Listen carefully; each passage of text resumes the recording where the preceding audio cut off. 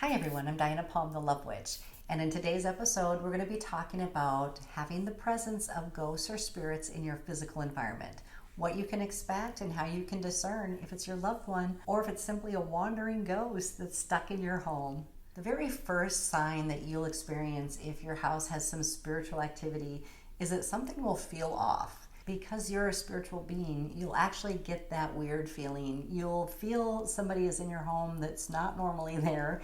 You'll just feel that spidey sense. You may even feel the hair on your arm stand up or on the back of your neck. You may suddenly feel like you're being watched. Now, if any of this stuff is happening, you definitely want to discern. Number one, is this your loved one visiting you from the spirit world? Or number two, did you unintentionally get an attachment? Did some random spirit follow you home? When you start to notice that you're feeling that odd feeling and that you know you're not alone, some of the most common things that can happen in your physical environment to let you know that there's a spiritual presence. Light bulbs flickering, going on and off, or downright exploding when you turn them on, hearing knocks on the wall or furniture, hearing a lot of static during phone conversations where you normally wouldn't have that, having the tingly sensation all over your body, basically any kind of electronic disturbances. And also when the temperature changes. If you're suddenly very hot or very cold and you're not going through menopause, then this may be an actual spirit presence. The other thing to watch is your pet's behavior. Pets are very sensitive to the spirit world, and they're especially very aware of a new presence coming into your home. So if you're watching your cat, your dog, and you're noticing that they're looking off in the distance, that they're staring up at the sky, and they're behaving differently than they normally do, you can pretty much guarantee that they're seeing the presence of something in spirit. Now it's up to you to discern, is this a loved one? Is this a pet that just passed? Or is this a ghost? Do you want to clear this, or do you want to invite it to stay? When you're just not sure how to discern between a spirit and a ghost, you want to kind of take personal stock. Did somebody close to you just recently pass? Did you just recently lose a pet? Because it's really important to know that immediately after death, they will want to come to you. They will want to let you know that they're around, that they're still there with you. Pets will come back into your home, and your living pets will see them. Your closest loved ones will come back to you and try to be in your physical environment as much as possible to bring peace to you, to let you know that they still exist. And it's all for your benefit. They're just checking in on you. They're checking in on all of their loved ones, but they want to let you know that you're still connected to them and that they're still a part of your life.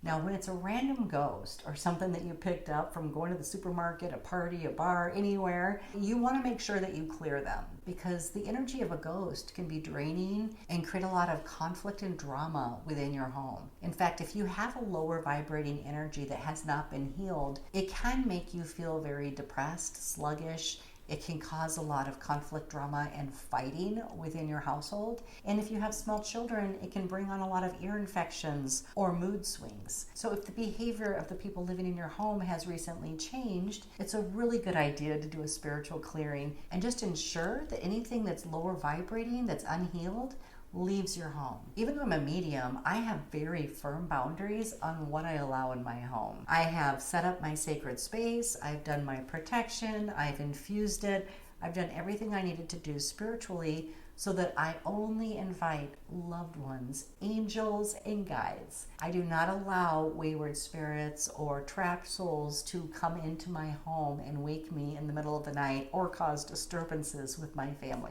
If this is happening to you and you're just not sure, burning sage and using essential oils can help elevate the vibration in your home. Saying prayers, being in a joyous, happy energy, bringing a lot of light in, all of these things can shift your physical environment and make it less hospitable for dark energies. However, if you really want to get rid of them, set up a private session with me. I can remotely view your house, connect with you, and clear anything that is not in your highest and best. People ask me all the time, how did my house get haunted? They may have lived somewhere for 10 years and suddenly a year ago their house got filled up with spirits. There are many different ways that this can occur. I usually ask people if there's been a recent death, not because it's their loved one, but because at the actual funeral there's a lot of heavy emotions, a lot of grief and a lot of overindulgence as people are dealing with their grief. They may be drinking a lot or using some other chemicals to help them cope with the grief. These things can invite in lower vibrating frequencies. They can invite in attachments. You have to remember, we are living in a law of attraction universe.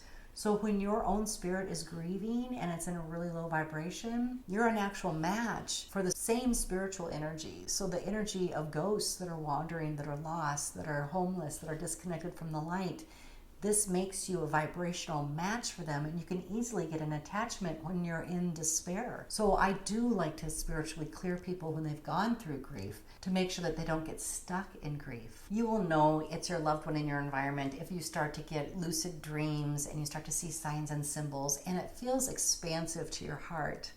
You will know the difference because it will feel good. It'll feel healing. It will uplift you. Being aware of your deceased loved ones in your own environment is a beautiful gift, and it's very life affirming, it's healing, and it's healthy. It's okay. It's even natural for them to come and go, to come and visit you, to let you know they're around. They may come around a lot right after they die, or they may take some time before they can gain enough energy, or until you're in a state of receptivity where you can perceive that they're there. They've got a lot to do on the other side too. So it's okay to invite them to be with you, but also acknowledge that they don't have to stay with you. They want to support you moving on. They want to support your healing process. Call them in when you need them. Talk to them out loud all the time. Time space is different on the other side. They will hear you no matter what they're doing. They will always receive your love and your intentions. Give me a heart below if you had a spiritual presence in your environment. I'd love to know if you were able to discern if it was a loved one or if it was a ghost. If it was a loved one, what kind of signs did they give for you? And if it was a ghost, how did you clear it? Share your experiences down below in the comments. If you like this video, be sure to like it, subscribe, and share it with your friends. I can't wait to see you in the next episode.